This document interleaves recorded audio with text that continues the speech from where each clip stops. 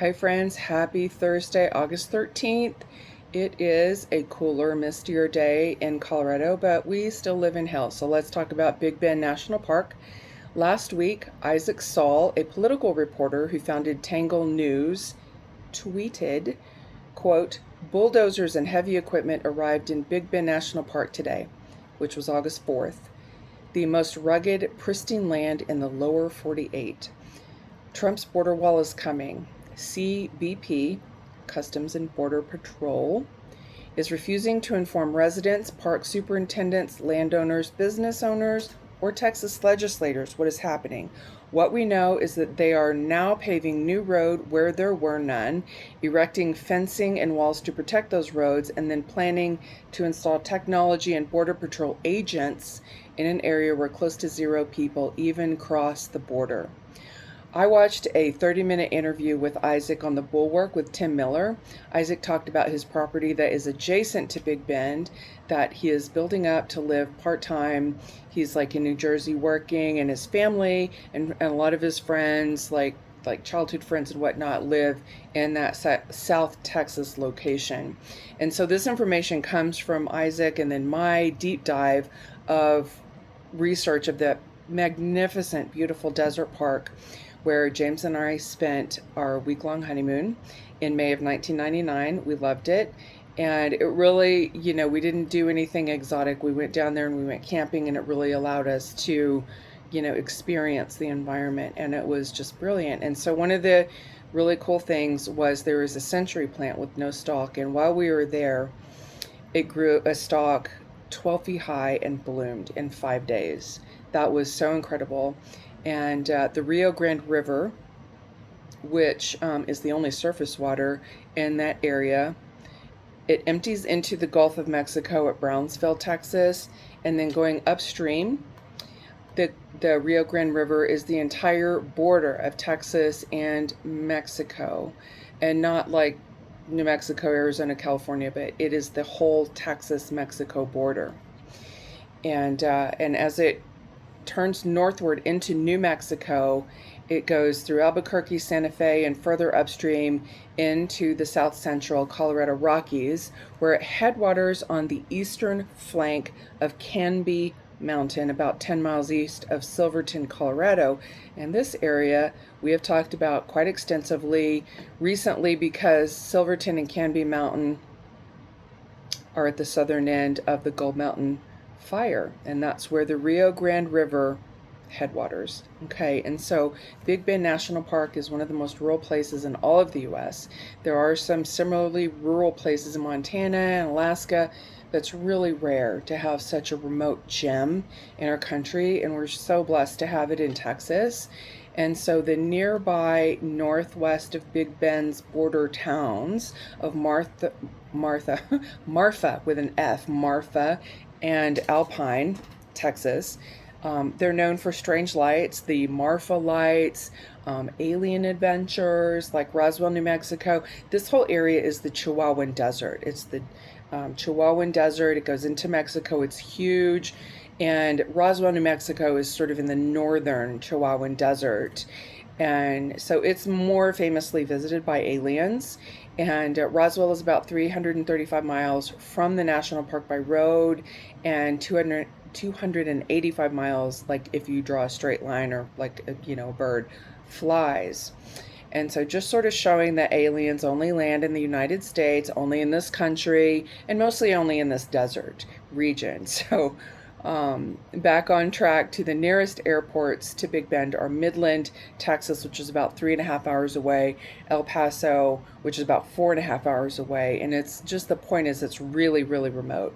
Okay, and then CBP, Customs and Border Patrol region, that region of Big Bend is 25% of the entire U.S.-Mexico border. And this region, because it's such a stark desert, this region has 1.6%. This whole region has 1.6% of apprehensions of people trying to cross the border, okay, since 1960. Okay, in the last fiscal year, the border apprehensions in this area were 0 0.045, so 0.045% of crossings. Tiny number. Was that one person? Was it two? With Greg Abbott as governor and the current senators being Ted Cruz and the lame duck John Cornyn, there is no will to protect the beautiful lands of Texas from the mindless, heartless, money-grubbing current administration and the same moral-free companies looking to suck up taxpayer dollars to destroy endangered species and the very scarce water supply, because they're going to need water. They're going to drill. They're going to take water from the farmers in that area, and the very slow-growing flora, which we've seen already on the news, being bulldozed. And so the century plant, which I mentioned, it grows in the region, takes decades to mature and flower there one time. And there are countless prickly pear cactus species that take decades to grow to get to, the size of big cars. The creosote bush that grows there in clonal rings, okay? And there's a central stem and it produces peripheral stems, and the central one dies, and so on and so forth. And like aspens and certain fungi, they just keep going, and it's considered the same organism.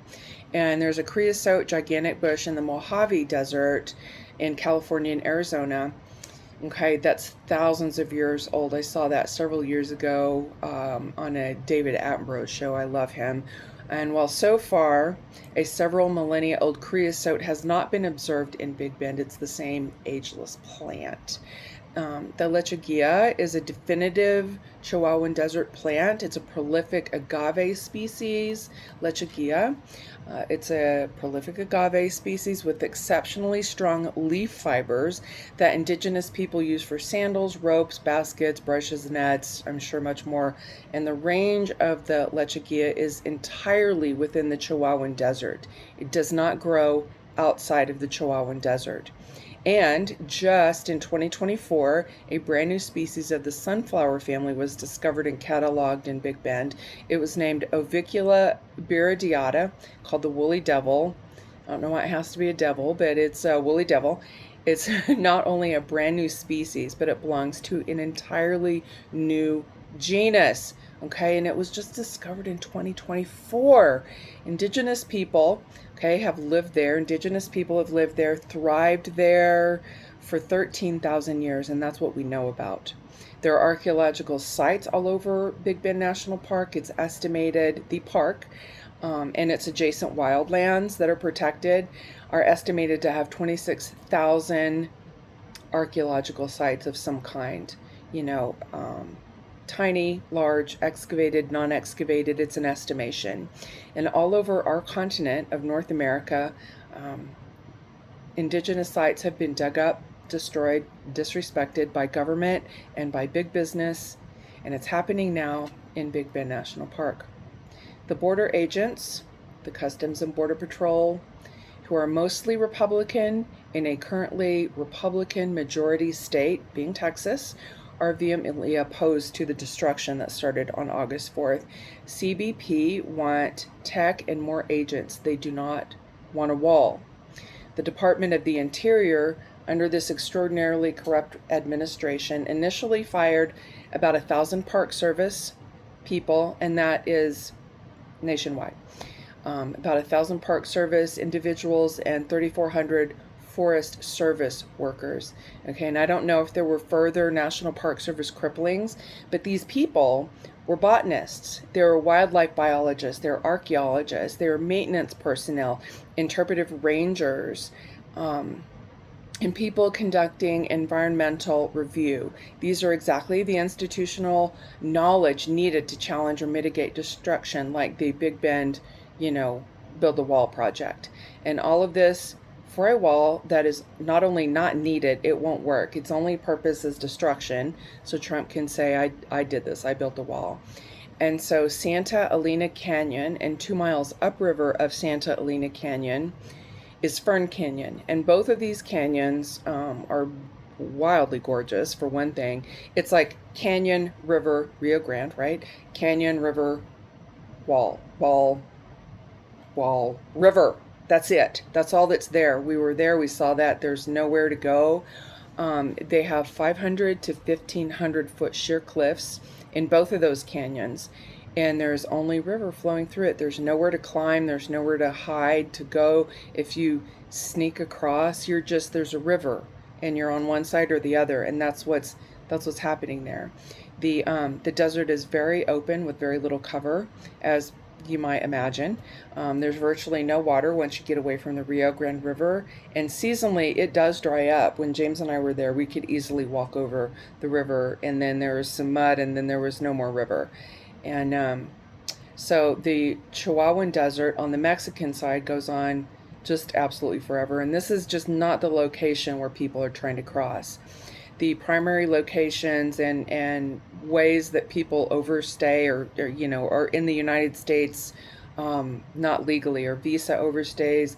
Usually they've entered by plane, and if they do get across the border, like on the southern border, nobody really wants to get in from the north. But if they get across by land, the U.S.-Mexico border, they cross where there are cities where they can just disappear into the streets, the noise and the people.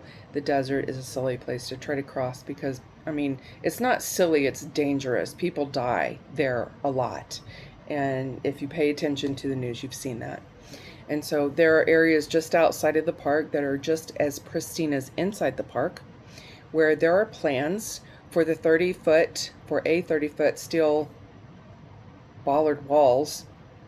Oh my gosh, it just goes on and on forever. Goodness, with the destruction.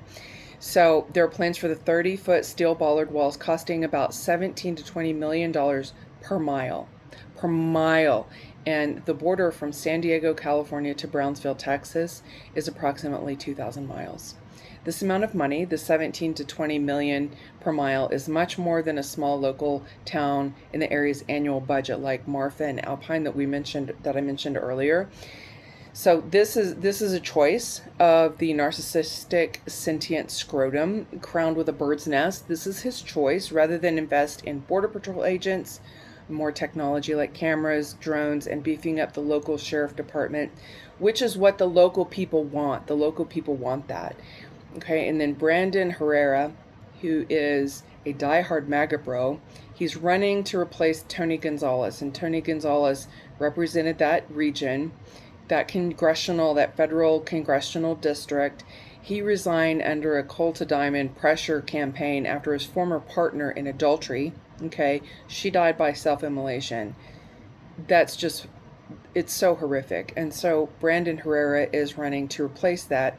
He is vehemently opposed to this destruction so close to Santa Elena Canyon, and promised his constituents to fight for the people on the border and against DHS and this wall. His own party, really. And those are from him. And so Gonzalez resigned, Herrera is running, meaning there is no current representation in that district where Big Bend lies. And there are a lot of people that are making a fuss over this, but it doesn't currently have representation in this moment.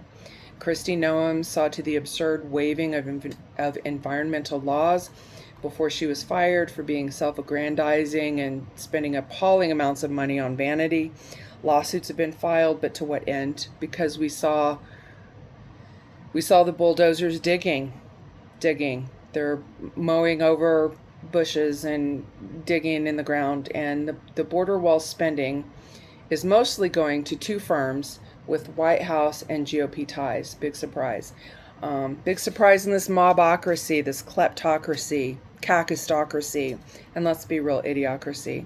For real, go watch the 2006 Mike Judge movie starring Luke Wilson and Maya Rudolph and several other familiar faces. Mike Judge was predicting, he was warning, and now look what we have. Okay, but I digress. $2.6 billion was awarded Wednesday, August 5th, reported by the Washington Post, which is Bezos owned, just for perspective. In the previous 6 months, DHS, Department of Homeland Security, DHS awarded $19.4 billion in contracts. It's nearly 10 times the money of the $2.1 billion awarded from 2016 to 2024. Sounds like kickbacks, okay?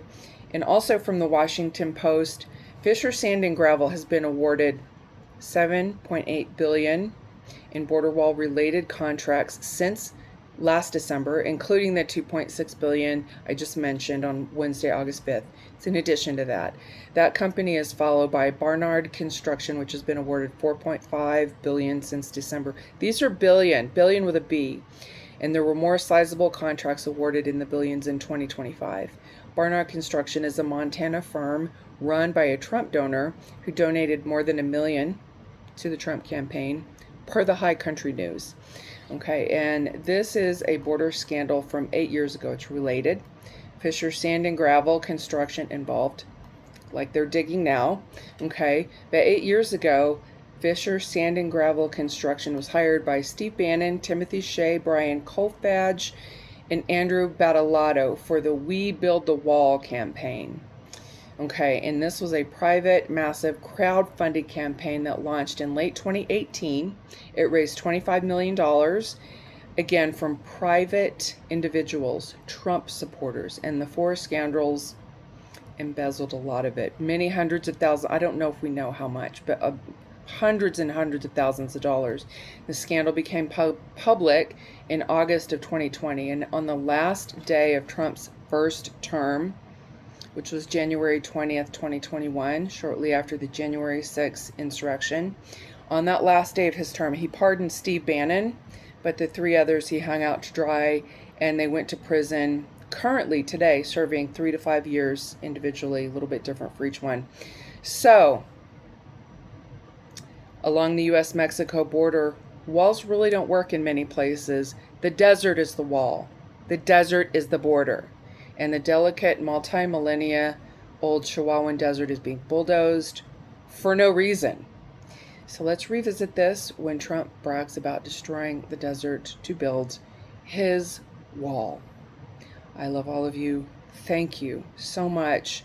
Please pay attention to this and do what you can. It is absolutely appalling. Learn about our national park system, how precious it is, and how much this administration is poo-pooing it. And that's a super nice, almost childish way of describing what is going on. Oh my gosh, I love you. Have a great night.